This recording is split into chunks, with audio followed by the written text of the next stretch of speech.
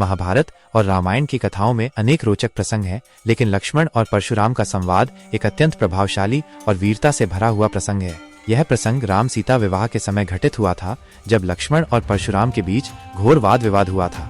जब भगवान श्री राम ने शिवजी के धनुष को विदीर्ण कर दिया और सीता स्वयंवर में विजयी हुए, तब पूरी सभा आश्चर्यचकित रह गई। उसी समय भगवान परशुराम, जो शिव के अनन्य भक्त थे और स्वयं को क्षत्रियों के लिए काल के समान मानते थे, सभा में प्रकट हुए। उनका क्रोध भयानक था और उनकी गर्जना से पूरी सभा भयभीत हो गई। परशुराम ने क्रोधित स्वर में पूछा, ये कौन वीर है जिसने भगवान महादेव के धनुष को तोड़ने का साहस किया? उन्होंने ये भी चेतावनी दी कि यदि ये कार्य किसी अयोग्य व्यक्ति ने किया होगा तो उसे इसका परिणाम भोगना पड़ेगा। श्री राम अत्यंत विनम्रता से बोले, हे भगवान, यह धनुष तो मेरा सौभाग्य था जो मेरे हाथों विदीर्ण हुआ। मैं आपकी आज्ञा का पालन करने को तत्पर हूँ। लेकिन इससे पहले कि आगे कुछ होता, लक्ष्मण अपने स्वाभाविक तेज और वीरता के साथ बोल उठे।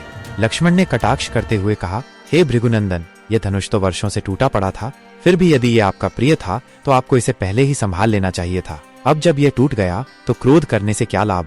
लक्ष्मण के इन वचनों से परशुराम का क्रोध और भी अधिक बढ़ गया। उनके नेत्र लाल हो गए और उन्होंने अपने परशु फरसे को उठा लिया।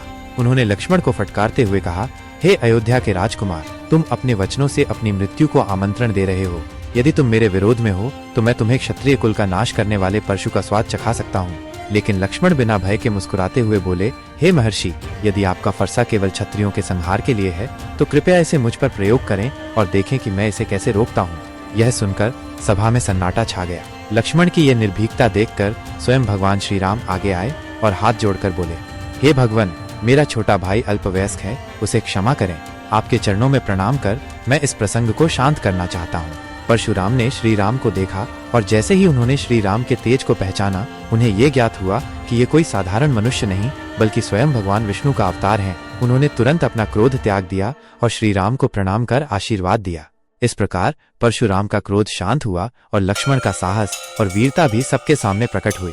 यह संवाद रामायण के सबसे रोचक और प्रभावशाली प्रसंगों में से एक माना जाता है, जहां एक ओर परशुराम की भृगुवंशी महिमा दिखती है तो दूसरी ओर लक्ष्मण की क्षत्रिय धर्म के प्रति निष्ठा और निर्भीकता भी दर्शाई जाती है।